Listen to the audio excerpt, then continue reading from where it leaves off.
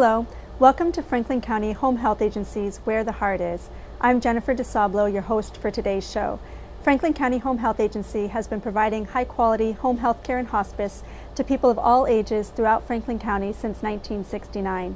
We are happy to bring you this monthly show to share information about our agency's programs and services, as well as helpful tips to help you stay safe and healthy at home. On today's program, we'll be discussing Alzheimer's disease and related dementias. Alzheimer's disease and dementia are certainly areas that many of our staff are familiar with, having cared for many individuals and their families. And we feel that with the growing population, the growing aging population, it is increasingly important to share information about the awareness of this disease and resources available in our community and our state. So with me to talk about this today are two guests, one from the Alzheimer's Association of Vermont, Jessie Cornell. Thank you for being Jennifer, here. thank you for having me. Thank you. And one of our own from Franklin County Home Health Agency on our medical social work staff, Amanda Wilson. Thank you for being here again. Thank you for having me. Sure. So if you would just start off a little bit, share us some information about yourself and your role at the Alzheimer's Association. Sure, thank you, Jennifer. So my name is Jessie Cornell, as you indicated. I have my master's degree in social work, which really puts me in a unique place to do a lot of community outreach. And in fact, that is what my title would be at the association. I've been with the Vermont chapter for going on 8 months now, but I've been with the Alzheimer's Association nearly 2.5 years. So we do a great number of things, one of which is education and awareness for the disease and the supports that we have. So it's really wonderful opportunity to be here to talk more about that. Thank you. I'm glad you're here. And Amanda, a little bit about yourself and home health. Sure. I have worked in the medical social work field for about 5 years, with home health for just over a year. I just hit my year anniversary, and it's been a really great organization to work for. Great, thank you. Thank you both again for being here. So Alzheimer's disease is something that hits home for me. My grandmother did have that and died a couple years ago. So I know the impact on an individual family, and certainly many of our viewers, I'm sure, can relate to that. Can you talk about the impact of Alzheimer's disease and related dementia in our community and in our nation now? Sure, Jennifer. I'm sorry that your family had to go through that, but I'm sure there were some positive points in that it may have brought you closer to one another and created new communication strategies that you didn't have before. As you indicated, we really need to be taking a look at this disease process because it's become more of a public health issue than I would even say an aging issue. With over 5 million Americans living with Alzheimer's disease, we've got to do something to change the projected rate of this disease process. Every 67 seconds someone develops Alzheimer's disease, and here in Vermont alone, well over 11,500 Vermonters are living with Alzheimer's. And that's over 30,000 caregivers in Vermont alone, because we estimate almost 2 caregivers per person's living with the disease. That sounds like epidemic proportions. We've definitely reached epidemic levels. So what systems or what's in place to address this concern for the community? We're really fortunate with the Alzheimer's Association leading the way in terms of advocacy, both at a state and a federal level. We're really quite blessed to be moving policy forward and seeing research shifted earlier into the disease process to find a cure instead of paying for care later. But we're blessed in this community to have agencies like Franklin Home Health and Northwest Medical Center to support us in terms of providing our education.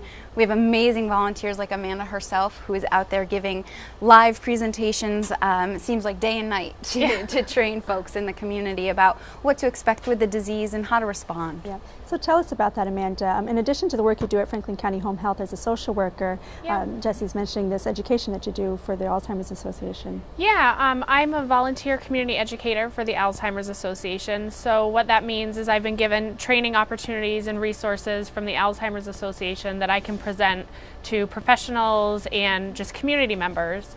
I would need both hands to count the amount that I've done so far this year. Presenting at the hospital on dementia the basics, and some trainings for caregivers of people at different stages of the disease process. They've been really well received. I've trained some staff up at some of the assisted livings, and even our staff, our rehab staff, our care attendant staff, and our LNA staff have all had the dementia trainings that I can provide. We're lucky to have the expertise come and share more with our staff. Yeah, Thank you. It's it's really helpful. How would other organizations in the community, as you mentioned, you've been able to do this in some community settings, how would they reach you to find out information about this program? They could call me directly at Home Health at the 527-7531, or they could reach out to the Alzheimer's Association if they wanted to talk about specific training needs that they had. Sure. Okay. Yeah. Thank you. That's incredible.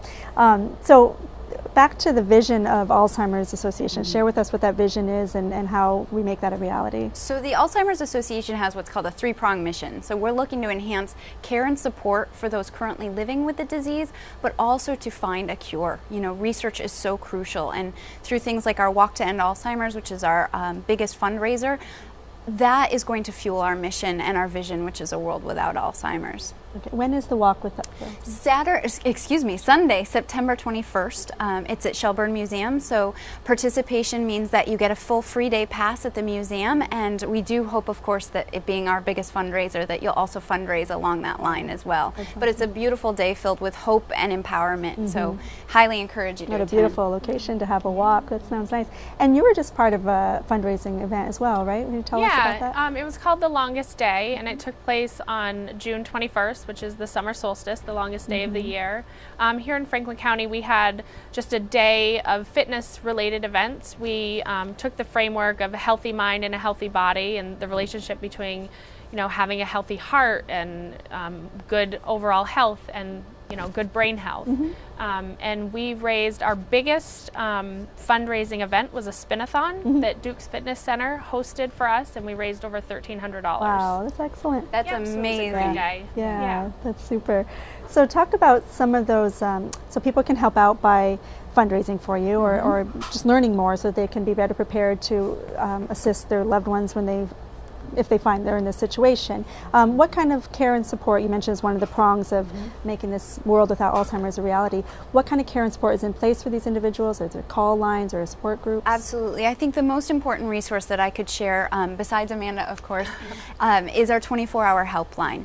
Anything under the sun dementia-related can be addressed by dialing this number. You have free access to a master's level care clinician who's a staff member trained and is a dementia expert to help us plan from logistics to responding through positive communication and effective care provision, anything from brainstorming on how to provide bathing without a battle to strategies for the caregiver to decrease social isolation and increase their quality of life, as well as the person living with the disease. So anything under the sun. Any questions that might come up if you're caring for someone? You know, I think the top 3 questions we hear are, you know, Dad won't stop driving and I don't know how to respond to that, or when is it time for my loved one to no longer be living independently? And the third usually focuses around the emotional toll that the caregiving provides. But I did want to point out that our 24-hour helpline is designed for not only community members and family members, but professionals and paraprofessionals as well. And also for people living with the disease. We're looking to reach out more and more to people just diagnosed, living in the early stages, that have a lot of questions about what that diagnosis means. So their own self, they can call and ask Absolutely. questions about what this means for them. Absolutely. Sure. So let's talk about that early diagnosis and the benefits of being diagnosed early with Alzheimer's disease. Sure. You know, being diagnosed early is very difficult for many people, but a lot of times people have a significant awareness of the challenges that they're facing themselves. So it's sort of our role to open that door and give them a safe, comfortable place to talk about the changes they're seeing in themselves, or to talk about the changes we're observing in someone else. So whether you're a family member or someone from home health, you know, having that dialogue and creating that comfortable space to then share those concerns with the physician. But an early diagnosis allows for greater independence. It seems counterintuitive, but that is the case because we can put the right supports into place to maintain independence and dignity. We can put our legal and financial plans into place using our own voice, not what somebody is trying to figure out what we would like if that conversation doesn't take place early enough. It also allows you to get connected to other people. You know, we often see depression and isolation start to happen to folks in that early stage, both their care partners and the person. And what we found is that by talking about it, early on will help bolster your existing social network and get you connected to people also living in the early stages. It sounds like you're talking a lot about decreasing the stigma that might exist with the dementia. Absolutely. So you're letting people know it's safe. If you have questions, you can talk about them. There are resources available too. And then it's not your fault. Yeah. You know, and if you asked earlier, what can we do and what is our mission and how might we help that mission? And I think talking about it is the number one thing that we can do to help decrease that stigma and then start moving not only our government towards funding for a cure, but also helping us create a system across the state of Vermont that can handle the influx of the diagnosis. So talking about it is absolutely essential. Okay, excellent. And so as a social worker in home care, she mentioned how a lot of things that come up, financial, family, overwhelming feelings from family. Talk about what you've seen caring for someone with dementia. How do you help the family get through? Yeah, caring for someone with dementia or Alzheimer's disease, it's really caring for the whole family. And it's a big family system, all the way from the spouse to the children and grandchildren, how they're all impacted by the disease and the changes. It's a grieving process. So I think a lot of what we do is that supportive counseling and that grief work with people ongoing. The early diagnosis is so important. We do a lot of the advanced care planning and long-term planning decision making, talking about, you know, when you do need care, would you rather have people in your home or would you want to go to a long-term care facility? What type of facility is important to you? Giving people the empowerment to make those decisions ahead of time is really important, and we do a lot of that. Also, connecting people to the resources, giving them the information on the hotline, on the support groups that are available to them in the area, telling them about some of the online resources that are out there that can help them. It really gives them a sense that they're not alone, and just staying connected to us at Home Health. Recently, I've been collaborating more with our speech and language pathologist because they can do quite a bit of cognitive assessment. Then we gather a lot of information and can share that to the doctor and help with that early diagnosis. So there you go, talking about that collaboration with all the care providers. So if you're questioning what's happening with this individual, you're talking to a doctor, you're talking to a family member, you're getting all sides of the story and you're helping to put that together. That's good. Yeah. Can you both mentioned the hotline a couple times. Can somebody tell me what the hotline number is and they can put it on the screen? Absolutely. Our 24-hour helpline is 800-272-3900. And on staff, night or day, are dementia care experts that will speak with you free of charge and confidentially about any concerns or questions you may have. That's excellent. So we'll be sure to share that online as well. We'll have a link to that on our website. You also mentioned the support group. Can you talk about locally what we have available for support groups? Through Home Health, we have a support group. It's a caregiver support group, and that's for caregivers of people of any chronic illnesses. And there's also another support group. It's a memory cafe here locally in St. Albans, and information about those groups can be found on the website for the Alzheimer's Association. Excellent. We're really fortunate to have all these wonderful resources available to us. Talk about other ways the community can help move the mission forward. Absolutely. I just wanted to point out too that we have a telephone-based support group for both caregivers as well as persons in the early stage. So just dialing that 800-272-3900 will get you in touch with those resources so we can help you learn a little bit more about that. So there's a hotline, but there's also one where you kind of a group discussion on the phone? For the caregivers, we meet monthly, the first Monday of each month over the telephone. You would just give us a call, let us know you're interested, and we'll provide you with the appropriate number and dial-in information. And then for the persons with the early stage, we meet weekly for about a 45-minute telephone call. Very cool. Yeah, we just finished up our first pilot of that, and it was phenomenally successful. Yeah, because getting out isn't always easy for everybody. No, transportation can be an issue, and sometimes it's just, especially when you're starting to talk about something new to yourself, it's a little bit more comfortable to be at home. So it was a phenomenal response from the 8 participants, and we're really pleased to see how that has bloomed. That's great. That's really cool. I like that. Anything else you'd like to share with us today about? I think accessing our website is really helpful. If you Can you tell us the website address? Yep, it's www.alzazebra.org. Visiting will get you connected to a brain tour to help you learn about the 10 warning signs of the disease process, a whole caregivers resource center, an entire web page devoted to people living in the early stages just been created. So it's a great one-stop shop for just about anything you would need to learn. But always contact us if you're struggling to find something. 800-272-3900. Thank you for repeating that, yes. Now I know it's a very broad topic to cover right now, but can we just touch a little bit on those stages? You keep mentioning early stage. You're doing a lot of the education. Can you briefly tell us what the stages are and what differentiates them? Sure. When we talk about people in the early stages, the kind of hallmark for the early stage is the recent memory loss. Someone's going to be having some short-term memory loss. They'll probably have some more difficulty with money management, not paying their bills and not keeping track of their checkbook like they once did. Probably some of those driving difficulties, the small accidents are happening in the early stages. The middle stages, I feel, are kind of hallmarked by someone in the early stages probably needs supervision. They need some reminders and some verbal cues throughout their day. Someone in the middle stages is probably needing hands-on care at that point. So it's not just a reminder to brush their teeth or comb their hair. They're needing some physical help with those things, with putting their clothes on, help in the bathroom maybe. The memory loss is more. Their long-term memory is affected as well.